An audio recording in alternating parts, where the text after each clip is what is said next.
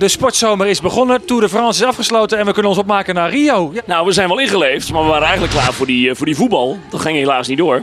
Dus ja, wat dat betreft hebben we een beetje tijd over. Maar we hebben wel heel veel te doen dit jaar. We hadden Rio natuurlijk niet alleen voor het voetbal geschreven. Nee. Wij hadden al een vooruitziende blik. Wij denken, misschien komt het Olympische Spelen wel in Rio. En zowaar, ze kwamen in Rio. Dus het is helemaal top. Ja, maar wat hebben jullie in die tussentijd gedaan toen het EK op televisie was en er geen oranje speelde? Gewoon optreden in Nederland. Dat gaat ook natuurlijk allemaal door, hè.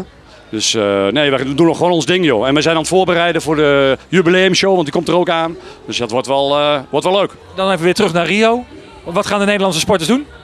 Nou, we hebben er heel wat afgestuurd. En Rusland doet wat minder mee dit jaar. Dus wat dat betreft hebben we wel kansen. Maar hoeveel plakken, ja, dat is moeilijk in te schatten. Is er een sport die je bijhoudt naast het voetbal? Ik denk net zoals jij, gewoon wat erop is en ik heb tijd, dan kijk ik eventjes. Maar ik ben niet echt specifiek dat ik ervoor ga zitten. Nee, De Olympische paardrijsport is niet iets wat je bijhoudt? Wel, daar kijk ik wel naar en ik volg het ook wel, maar niet heel intens. En voor jou? Ik ga voor atletiek.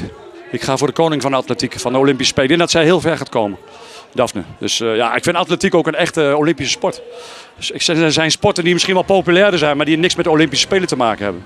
Dus Als paardrijder? Of heeft het gewoon met Daphne te maken? Het heeft met Daphne te maken, ja. Je kunt Daphne ook op een paard zetten, dan doet ze het ook goed volgens mij.